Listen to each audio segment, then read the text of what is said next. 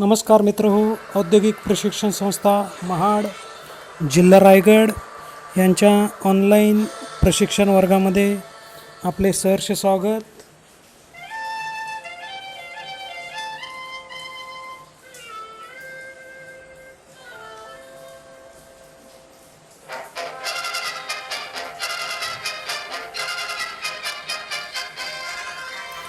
आज आपण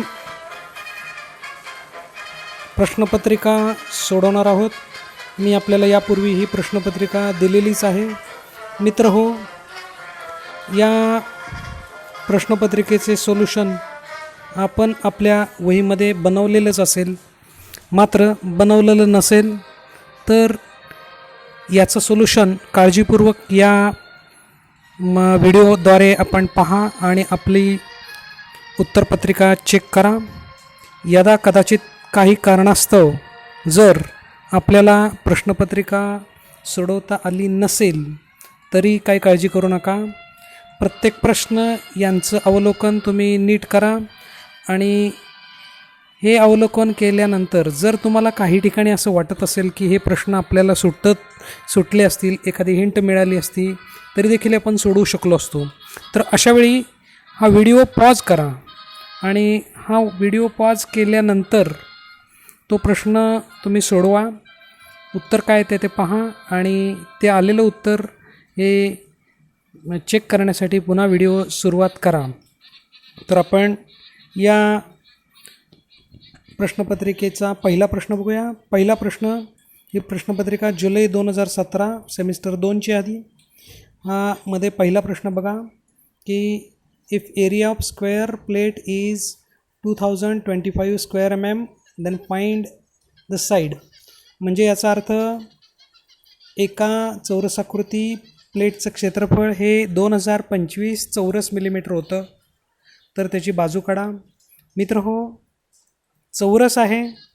या चौरसाचं जर तुम्हाला स्क्वेअर किंवा क्षेत्रफळ दिलं असेल तर बाजू काढण्यासाठी आपण पायथागोरसच्या सिद्धांताचा वर्गमूळ आपण शोधून काढूया. कारण चौरसाचं क्षेत्रफळ म्हणजे बाजूवर्ग असतो. बाजू काढण्यासाठी आपल्याला क्षेत्रफळाचं वर्गमूळ घ्यावं लागेल. मित्रहो, या 2025चं वर्गमूळ घेण्यासाठी आपण भागाकार पद्धतीचा वापर करू. इथे दशकस्थान आणि शतकस्थान याचा मिळून एक पेठा तयार होईल किंवा एक जोडी तयार होईल आणि 0 आणि 2 शतक आणि सहस्त्रक स्थानावरती असलेले आकडे ही आणखीन एक जोडी तयार करता येतील. भागाकाराच्या नियमानुसार आपण पहिल्यांदा उतरून 20 घ्यायचे आणि 20पेक्षा लहान पूर्णवर्ग संख्या कोणती असा आपण प्रश्न विचारला तर आपल्याला 4 हे उत्तर येतं. म्हणजे या ठिकाणी 4चा भाग लागण्याची शक्यता आहे. त्यामुळे आपण 4चा भाग लावूया. 4 खाली 4 लिहिले आणि त्याचा गुणाकार केला तर 16 येतो. म्हणजे 20 हा 16तून वजा होऊ शकतो. त्यामुळे 4चा परफेक्ट भाग लागलेला आहे, तो भागाकारामध्ये लिहूया. आणि त्यानंतर आपण इथे 4 आणि 4 हे जे लिहिलेले आहेत यांची बेरीज करूया आणि 20 आणि 16 यांची वजाबाकी करूया. ही वजाबाकी प्रत्यक्षात आपल्याला 4 अधिक 4 8 आणि 20तून 16 गेल्यानंतर 4 उरतील हे लक्षात येईल. त्यानंतर पुढचा पेठा किंवा पुढची जोडी आपण खाली उतरून घेऊया. ती जोडी आहे 25. आता मित्र हो, हा जो 8 आहे हा एका संख्येच्या दशक स्थानामध्ये आहे असं समजा आणि इथे एकक स्थानातला आकडा आपल्याला शोधायचा आहे. एकक स्थानामधील आकडा जो आपण लिहू तो पुन्हा खाली रिपीट करायचा आणि आलेल्या संख्यांची किंवा त्या दोन संख्यांचा गुणाकार करायचा. हा गुणाकार 425पेक्षा लहान किंवा 425 आला पाहिजे असं पाहायचं. तर मित्र हो, आपल्याला 5 ही संख्या अशी मिळेल की 85 आणि 5 यांचा गुणाकार केल्यावरती 425 किंवा 425पेक्षा लहान संख्या मिळेल. तर मित्र हो, यांचा जो गुणाकार आहे तो 425 येतो आहे. त्याच्यामुळं परफेक्ट हा आकडा आपल्याला मिळालेला आहे. त्यामुळे आपण 5चा भाग लावूया आणि आता 85 आणि 5 यांची बेरीज आणि 425 आणि 425 यांची वजाबाकी. म्हणजे या ठिकाणी बेरीज 90 आणि वजाबाकी 0 येते. हा परफेक्ट स्क्वेअर आपल्याला स्क्वेअर रूट मिळालेला आहे. त्याच्यामुळं आपल्याला पुढचे इटरेशन्स किंवा पुढच्या चक्रावाल पद्धती वापरायच्या नाही आहेत. तर इथे आपलं उत्तर 45 आलेलं आहे आणि हे 45 उत्तर पर्याय क्रमांक सी मध्ये आहे.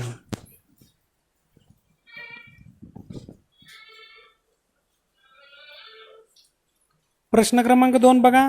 या प्रश्न क्रमांक 2 मध्ये आपल्याला प्रश्न विचारलेला आहे की while using sign bar find out angle, sign of angle is taken into consideration from following equation which select correct one. म्हणजे या ठिकाणी साइन बारचा उपयोग करताना साइन रेशोचा आपण वापर करतो आणि त्याकरता कोणतं सूत्र आपण वापरतो असा प्रश्न विचारलेला आहे. मित्रांनो, साइन थीटा जो आहे तो समोरची बाजू भागिले कर्ण या सूत्राने दिला जातो. तर या ठिकाणी जेवढे काही पर्याय दिलेले आहेत त्याच्यामध्ये अपोजिट साईड डिवायडेड बाय हायपोथिनस असा बी मध्ये पर्याय दिलेला आहे. तर ते आपलं उत्तर आहे. प्रश्न क्रमांक 3, advantage of rheostat over potentiometer. Potentiometer आणि रिओस्टॅट हे एक प्रकारचंच काम करतात. मात्र मित्रांनो, आपल्याला लक्षात असेल की रिओस्टॅट हा जास्त ज्या ठिकाणी प्रवाह असतो तिथं देखील काम करू शकतो. त्यामुळं इथे आपल्याला rheostat can handle more current असा पर्याय लिहावा लागेल. चौथा प्रश्न बघा. चौथ्या प्रश्नामध्ये एक वर्ग समीकरण दिलेलं आहे. एक्स वर्ग वजा 7x अधिक 10 बरोबर 0 आणि इथे एक्सची किंमत आपल्याला शोधायची आहे. मित्रहो, आपण हे जे समीकरण आहे ते सहजपणे अवयव पद्धतीनं पण सोडू शकू. मात्र सर्व समीकरणं जर त्या ठिकाणी इरॅशनल रूट आलं तर ते अवघड जातं. त्याच्यामुळे आपण नेहमीची पद्धत ही सूत्राची वापरणार आहोत. मित्रहो, या ठिकाणी एक्स वर्गाचा सगुणक म्हणजे एची किंमत या ठिकाणी 1 आहे. एक्सचा सगुणक बी याची किंमत वजा 7 आहे आणि स्थिरपद हे अधिक 10 आहे. इथे आता आपण सूत्र वापरूया. एक्सची किंमत आपल्याला अंशामध्ये वजा बी अधिक वर्गमुळामध्ये बी वर्ग वजा 4ac कंस पूर्ण याला छेद 2a या सूत्रानं, किंवा दुसरं जी उकल आहे, दुसरं या ठिकाणी उकल मिळताना फक्त केवळ मधलं चिन्ह बदलतं आणि ती असणार आहे एक्स बरोबर चौकटी कंसामध्ये वजा बी अधिक वजा वर्गमुळामध्ये बी वर्ग वजा 4ac दोन्ही कंस पूर्ण भागिले 2a. आता मित्रहो, याच्यामध्ये आपण किमती टाकूया म्हणजे आपल्याला एक्सची किंमत मिळेल चौकटी कंसामध्ये वजा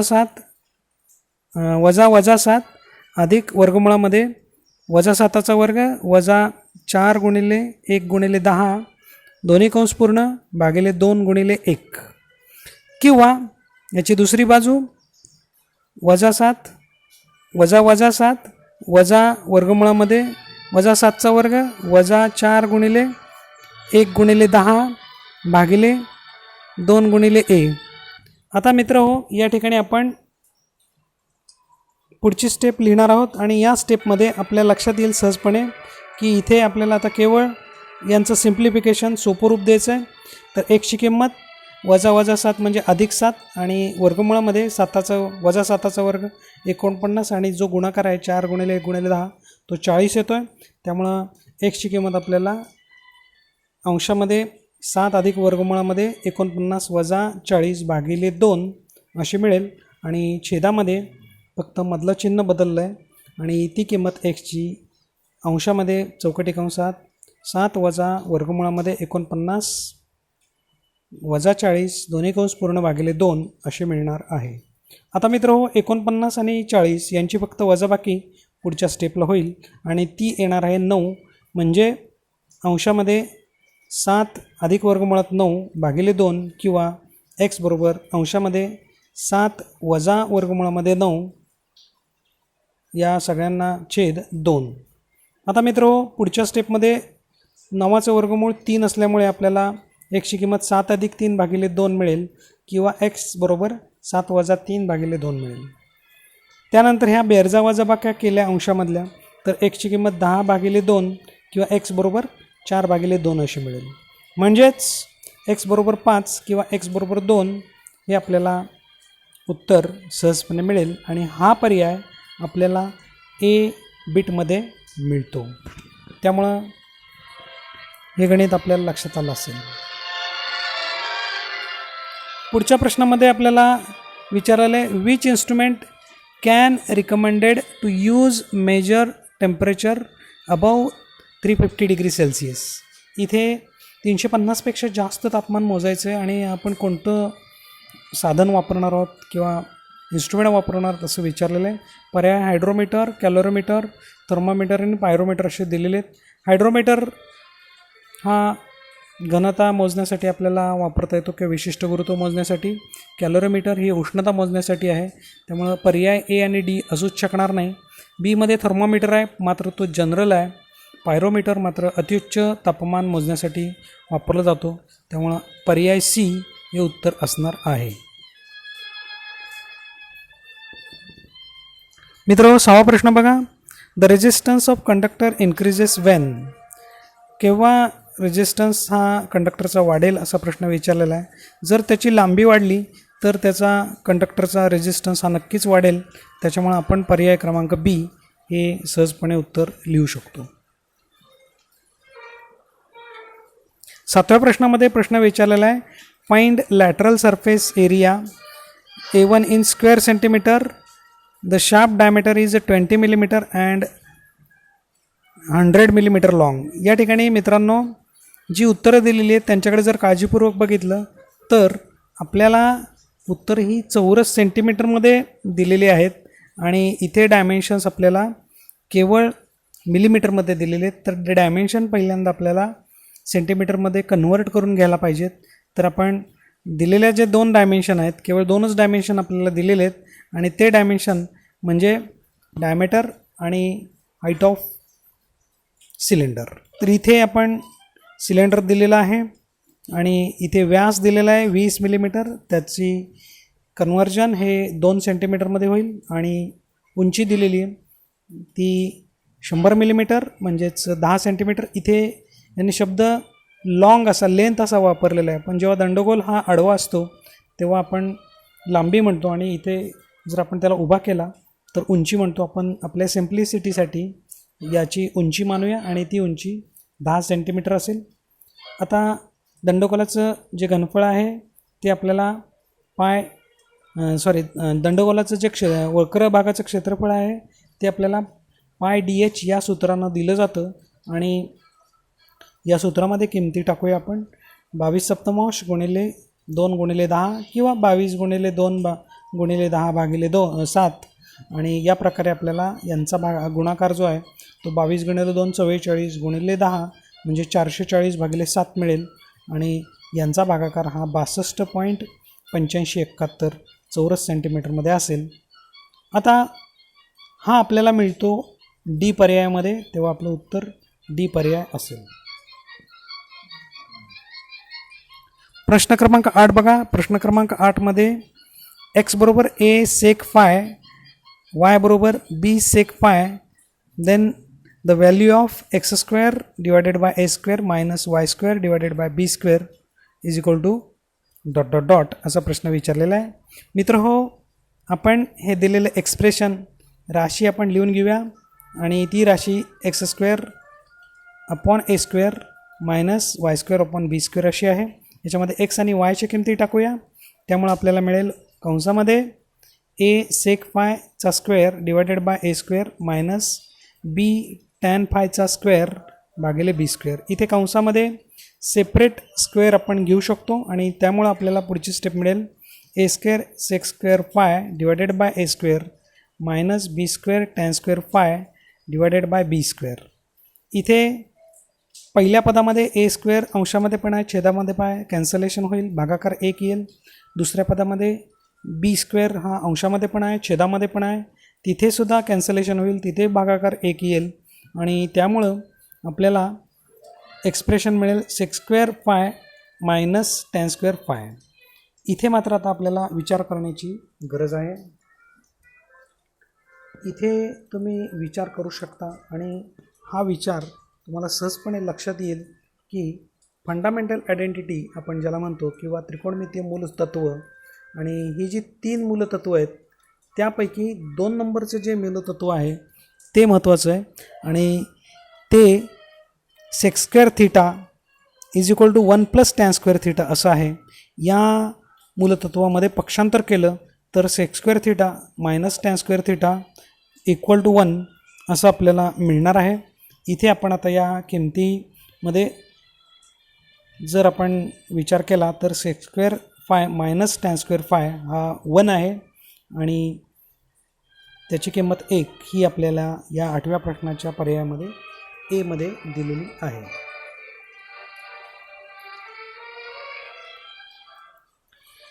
नवा प्रश्न बघूया. नव्या प्रश्नामध्ये आपल्याला दिलेला आहे if 750 micro ampere is flowing 11 kilo ohm of resistance what is voltage drop across the resistor.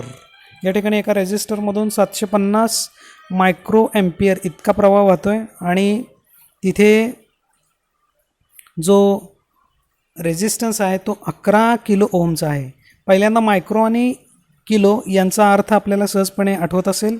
Micro याचा अर्थ 10⁻⁻6 म्हणजे 0.5 वेळा 0.1 आणि किलोचा अर्थ आहे 1000 किंवा 10⁻³ हा आपण लिहून घेऊया आणि ओहमचा नियम आपल्याला या ठिकाणी वापरायचा आहे. तर मित्रहो, आयची किंमत 750 मायक्रो एम्पियर याचा अर्थ 750 गुणिले 10⁻⁻⁷ इतके एम्पियर आणि रेजिस्टन्सची किंमत आहे 11 किलो ओहम याचा अर्थ 11 गुणिले 10⁻³ इतके ओहम आणि ओहमचा नियम वापरला तर आपल्याला व्ही बरोबर आय गुणिले आर असं लिहावं लागेल आणि याची किंमत आपल्याला 750 गुणिले 10⁻⁻⁷ गुणिले 11 गुणिले 10⁻³ इथे आपण 750 आणि 11 यांचा गुणाकार करूया. तो येईल 8250. इथे 10⁻⁻⁷ आणि 10⁻³ या घातांकांच्या कॅल्क्युलेशनमध्ये इथे केवळ घातांकांची बेरीज होईल म्हणजे -6 आणि +3 यांची बेरीज -3 होईल.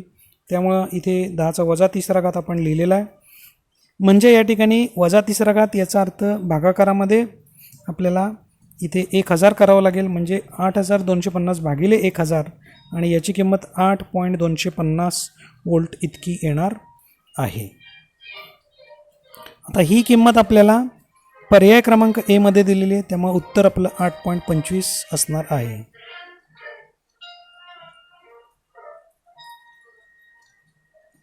दहावा प्रश्न बघा. 10व्या प्रश्नामध्ये एक सामायिक समीकरण आहेत. x अधिक y बरोबर 18 आणि x वजा y बरोबर 2 आणि इथे किमती काढायच्या आहेत x आणि yच्या. मित्र पहिल्यांदा ही दोन समीकरणं एकाखाली एक लिहून घेऊया. हे 1 नंबरचं समीकरण, हे 2 नंबरचं समीकरण. या दोघांची आपण बेरीज करूया आणि ही बेरीज आपण करायला घेतली तर त्यामध्ये x अधिक x बरोबर 2x येईल आणि x वजा y y वजा y ही किंमत 0 येईल आणि 18 अधिक 2 म्हणजे इथे 20 येईल म्हणजे 2x वजा 0 बरोबर 20 अशी स्टेप होईल. इथे x गुणाकारामध्ये आहे, हा भागाकारामध्ये जाईल पुढच्या पलीकडच्या बाजूला म्हणजे xची किंमत 20/2 येईल म्हणजे अशा प्रकारे xची किंमत 10 येणार आहे. आता मित्रहो, इथे समीकरण क्रमांक कोणत्याही समीकरणामध्ये ही किंमत एक्सची किंमत घेतली तरी चालेल. पहिल्या समीकरणात आपण घेऊया किंमत ही x अधिक y बरोबर 18 म्हणजेच 10 अधिक y बरोबर 18 येईल आणि त्यामुळे आपल्याला y बरोबर 18 वजा 10 म्हणजेच yची किंमत 8 मिळेल. तर मित्रांनो, ही किंमत पर्याय क्रमांक सी मध्ये आहे त्यामुळे उत्तर आपलं सी असेल. In case of short circuit dot current will flow in circuit. जेव्हा शॉर्ट सर्किट घडतं तेव्हा सगळा करंट किंवा जेवढा असेल तेवढा इन्फानाईट करंट हा या सर्किटमधनं फ्लो होत असतो आणि त्यामुळं आपलं उत्तर हे डी असणार आहे. 11वा प्रश्न बघा. 11व्या प्रश्नामध्ये power output of motor is 3450 joule per second and motor runs for 1 hour असं सांगितलेलं आहे. तर मित्रहो, या मोटरचं आउटपुट आपल्याला 3450 जूल पर सेकंद आहे. जूल पर सेकंद याचाच अर्थ मित्रांनो वॅट आहे. त्याच्यामुळं मोटरचं वॅटेज जे आहे ते 3450 वॅट आहे. ही मोटर 1 तास चाललेली आहे त्याच्यामुळं हे वॅटेज 1 तासासाठी ते बरोबर आहे. मात्र हे आपल्याला वॅटेज किलो वॅट आवरमध्ये काढायचं आहे. तेव्हा मित्रहो, हे वॅटेज हे 1000 त्याला भागायला लागेल आणि तो भागाकार 3.45 येईल आणि 3.45 हे किलोवॅटमधलं उत्तर आपल्याला पर्याय क्रमांक सी मध्ये आहे. मित्रहो, find diagonal of square whose side is 8 centimetre. इथे डायगोनल शोधायचा आहे. इथे स्क्वेअर दिलेला आहे, पण मित्रांनो तुमच्या सहजपणे लक्षात येईल की डायगोनल हा दोन ज्या समान बाजू असतात शेजारच्या त्याच्यामध्ये काटकोन त्रिकोण तयार करतो. तर आपण हा प्रश्न काटकोन त्रिकोणाचा आहे हे सहजपणे लक्षात येईल. तर या काटकोन त्रिकोणामध्ये बाजू 8च आहे आणि उंची देखील 8 आहे आणि कर्ण आपल्याला शोधायचा आहे. तर हा कर्ण शोधण्यासाठी पायथागोरसचा सिद्धांत नेहमीप्रमाणे आपण वापरू शकतो. कर्णवर्ग बरोबर पायावर्ग अधिक उंचीवर्ग. म्हणजेच इथं किमती टाकल्या तर कर्णवर्ग बरोबर 8चा वर्ग अधिक 8चा वर्ग, म्हणजेच इथं 64 अधिक 64 म्हणजेच 128. आता कर्ण काढण्यासाठी आपल्याला इथे या 128चं वर्गमूळ घ्यावं लागेल आणि हे घेण्यासाठी आपण भागाकार पद्धतीचा वापर करूया. इथे 2 आणि 8 यांची एक जोडी आणि 0 आणि 1 किंवा 1 हा सिंगल हा आपण लिहू शकू. आणि इथे 1 पहिल्यांदा उतरून घ्यावं लागेल आणि एकापेक्षा लहान पूर्णवर्ग संख्या किंवा तेवढीच 1 आहे, त्यामुळे भाग पहिल्यांदा 1चा लागेल. 1 गुणिले 1 यांची वजाबाकी यांचा गुणाकार या एकाखाली लिहावा लागेल आणि भाग आपल्याला एकाचा सहजपणे लागतो हे लक्षात आल्यावरती भाग दिला. 1 अधिक 1 असं या ठिकाणी लिहावं लागेल आणि इथे भागाकारामध्ये त्यांची वजाबाकी लिहावी लागेल. यांची बेरीज 1 अधिक 1ची 2 येईल आणि 1 वजा 1ची वजाबाकी 0 येईल. आता दुसरं काम आपलं या पद्धतीमध्ये 28 हे उतरून घ्यायचे आणि हे उतरून घेतल्यानंतर आता एक स्टेप अशी की इथे 2 ही दशक स्थानामध्ये आकडा मानून एकक स्थानामधला आकडा शोधायचा आणि तो आकडा पुन्हा खाली रिपीट करायचा. या दोघांचा गुणाकार 28पेक्षा लहान आला पाहिजे असं पाहायचं. तर इथे आपल्याला बहुतेक 1च मिळेल, कारण 21 गुणिले 1 बरोबर 21 की जो 28पेक्षा लहान आहे. 2 जरी घेतला तरी 44 जाईल, 28पेक्षा मोठा होईल. तेव्हा भाग आपल्याला एकाचाच लागेल आणि तो भाग आपण लिहून घेऊया. इथे 21 आणि 1 यांची बेरीज करायची आणि 28 आणि 21 यांची वजाबाकी करायची. प्रत्यक्ष बेरीज ही 22 येईल आणि वजाबाकी ही 7 येईल. आता मित्रांनो इथे 11 पॉईंट म्हणजे इथे 2 उत्तरं दिसत आहेत आपल्याला, मात्र आपल्याला पुढे डेसिमलमध्ये उत्तरं शोधावी लागणार आहेत, कारण 11.31 आणि 11.24 अशी 2 उत्तरं आहेत सी आणि डी मधली. वरची उत्तरं ए आणि बी मधली तर असणार नाहीतच. इथं ती शोधण्यासाठी डेसिमल पॉईंट देऊन घेऊया आणि हा डेसिमल पॉईंट दिल्यामुळे उत्तरामध्ये आपल्याला 2 शून्य लिहिण्याची परवानगी मिळाली 7च्या पुढे, म्हणजे थोडक्यात 700 झालं. आता पुन्हा एकक स्थानामध्ये 22च्या पुढं असलेला जो आहे तो 3 हा आकडा आपल्याला सहजपणे दिसेल किंवा शोधता येईल, कारण 223 गुणिले 3 यांचा गुणाकार हा 700पेक्षा लहान येईल आणि तो 669 येतो. आणि या ठिकाणी 223 आणि 3 यांची बेरीज करा.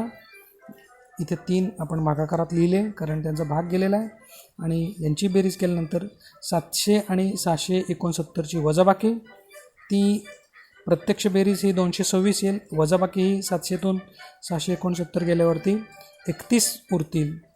पुढचा आकडा शोधण्यासाठी अजून 2 शून्य घेऊया आणि ही 2 शून्य घेतल्यानंतर भाग कितीचा लागतो आहे हे बघूया.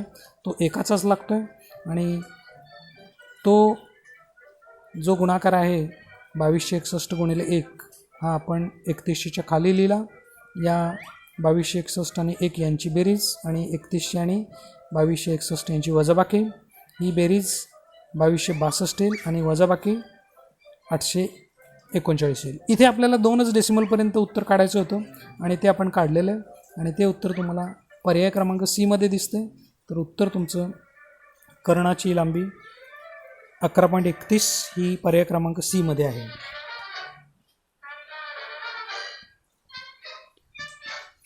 चौदाव्या प्रश्नामध्ये प्रश्न विचारलेला आहे की screw ramp are working on principle of dot dot dot. इथे स्क्रू रॅम्प आणि की या सर्व बाबी या इन्क्लाइन प्लेन म्हणजे उतरणीच्या तत्वानं काम करतात, तेव्हा उत्तर आपलं ए पर्यायामध्ये असणार आहे.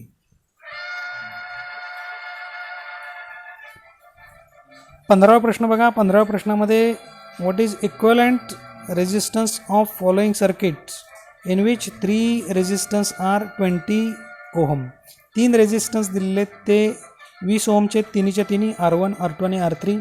इथे सर्किटची जर तुम्ही योजना बघितलीत तर R2 आणि R3 हे पॅरललमध्ये आहेत आणि त्या दोघांना पुन्हा सब सर्किटला त्या R1 हा सिरीजमध्ये आहे. तर या दोघांचा पहिल्यांदा आपण परिणामी रोध शोधूया. आणि हे दोन रेजिस्टन्स हे सिरीजमध्ये असल्यामुळे 1/R बरोबर 1/R2 + 1/R3 हे सूत्र आपल्याला सहजपणे लिहिता येईल. म्हणजेच 1/R बरोबर 1/20 + 1/20 असं लिहिता येईल. इथं छेदस्थानामध्ये 20 दोन्हीकडे कॉमन आहेत, म्हणजे अंशाची फक्त बेरीज होईल आणि अंशामध्ये 1 आणि 1च आहे. त्याच्यामुळं 1/Rची किंमत 2/20 अशी मिळेल. आता इन्व्हर्टेड एंडो म्हणजे व्यस्तांक क्रिया केली तर आरची किंमत 20/2 म्हणजे आरची किंमत 10 ही सहजपणे आपल्या लक्षात येईल.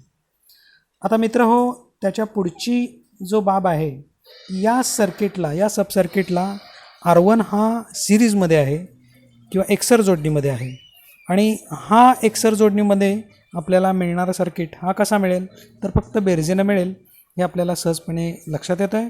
तर या मंडलाचा संपूर्ण रोध हा 20 + 10 असा मिळेल आणि याची किंमत आपल्याला 30 ओहम मिळेल. तर ही 30 ओहम ही किंमत पर्याय क्रमांक सी मध्ये आहे. 16 प्रश्न बघा. 16 प्रश्नामध्ये first kind of lever fulcrum is between load and effort. Example of this. Load आणि एफर्टमध्ये इथे प्रिंटिंग मिस्टेक आहे या प्रश्नामध्ये, पण मी लोड आणि एफर्ट हे तुम्हाला मुद्दाम सांगितलं आहे. तर त्या ठिकाणी लेमन क्विझर ही 2 नंबरच्या प्रकारची तर्फ असते. व्हील बॅरो ही देखील 2 नंबरच्या प्रकारची असते. सेफ्टी वॉल ही 3 नंबरच्या प्रकारची असते. मात्र कॉमन बॅलन्स हा फर्स्ट काइंड ऑफ लिव्हर असतो. 17 प्रश्न बघा. 17 प्रश्नामध्ये in a triangle AB perpendicular to BC, BC is 9 centimetre, AB is height is equal to 12 centimetre, find value of AC. Diagonal ACची किंमत विचारली आहे. इथे पायथागोरसचा सिद्धांत तुम्ही वापरू शकता, मात्र जर तुमची त्रिकुटपाठ असतील तर 9, 12 आणि 15 असं एक चौथं त्रिकूट आहे. तर हे त्रिकूट आपल्याला उत्तर देऊन जाईल. डीची किंमत 15 सेंटीमीटर. 18 प्रश्न बघा. Which is a not electrical quantity. इथं व्होल्टेज, करंट, पॉवर या इलेक्ट्रिकल क्वांटिटी आहेत, मात्र डिस्टन्स ही नाही आहे. तर डिस्टन्स हा पर्याय सी तुमचं उत्तर असेल.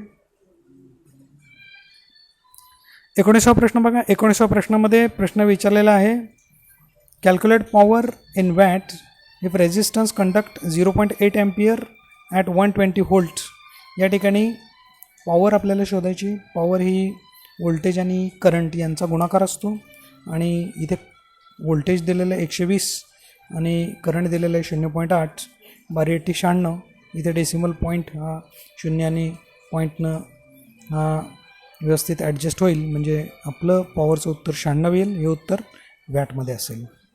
उत्तर आपलं ए या पर्यायामध्ये आहे. 20वा प्रश्न बघा. A spherical CI of 20 centimeter diameter is melted and cast into conical mold, the base of which is 30 centimeter.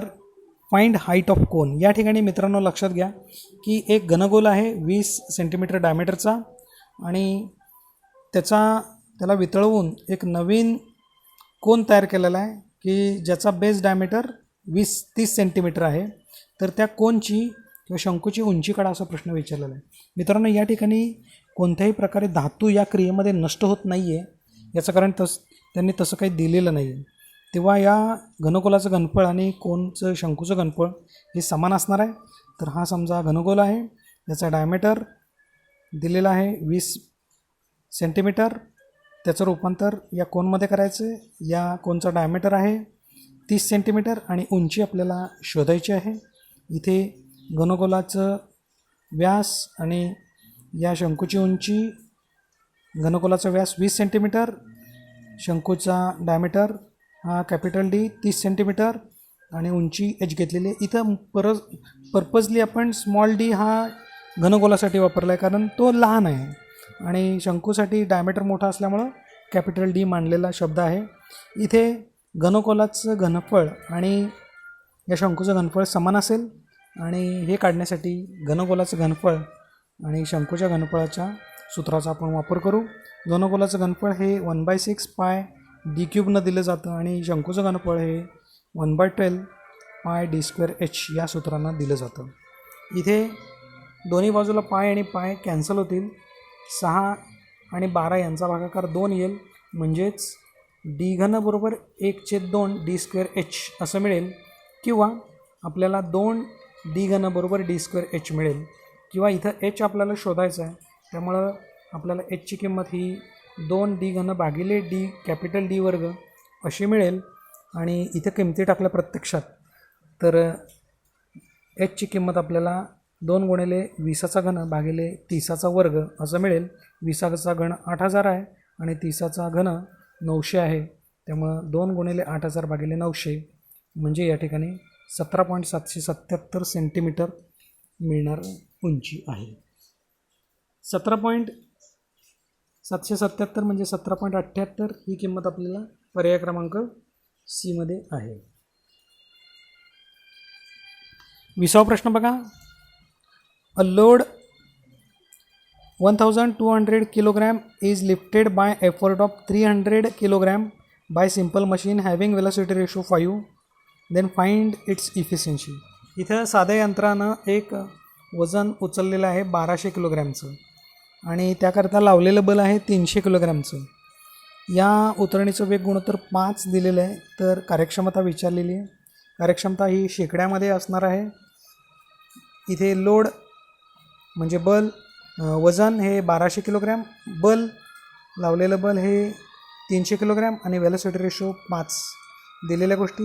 Mechanical advantage यांत्रिकी फायदा, लोड बाय एफर्ट उचललेलं वजन आणि लावलेलं बल यांचा भागाकार 1200 भागिले 300 म्हणजे 4 आलेला आहे.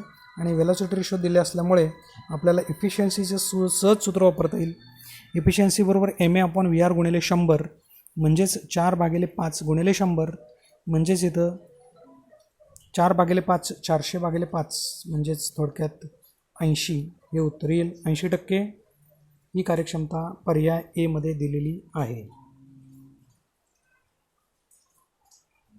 22वा प्रश्न बघा. 22व्या प्रश्नामध्ये इथे what is a formula to find area of circular ring as shown in figure असा प्रश्न विचारलेला आहे. तर इथं एरिया विचारला आहे म्हणजे स्क्वेअरमध्ये डायमीटर आला पाहिजे. तर इथं सी आणि डी पर्याय होणार नाहीत आणि सर्कलच्या क्षेत्रफळामध्ये डायमीटर दिला असेल तर π/4 हा फॅक्टर येतो, त्याच्यामुळं दुसरा पर्याय जो आहे तो पर्याय बरोबर असणार आणि तो पर्याय π/4 into bracket capital D square minus small D square असा असणार आहे. प्रश्न क्रमांक 23 बघा. प्रश्न क्रमांक 23मध्ये आपल्याला विचारलेलं आहे choose among the following formula correct for relation between degrees and centigrade to Fahrenheit. म्हणजे सेंटीग्रेड आणि फॅरनहाइट यांच्यामध्ये कोणतं नातं आहे असा प्रश्न विचारलेला आहे. मित्रहो, सेल्सिअसमध्ये पाण्याचा जो गोठण बिंदू आहे तो 0 आहे, त्यामुळे C-0 हा फॅक्टर येणारच किंवा Cच नुसता फॅक्टर येणार.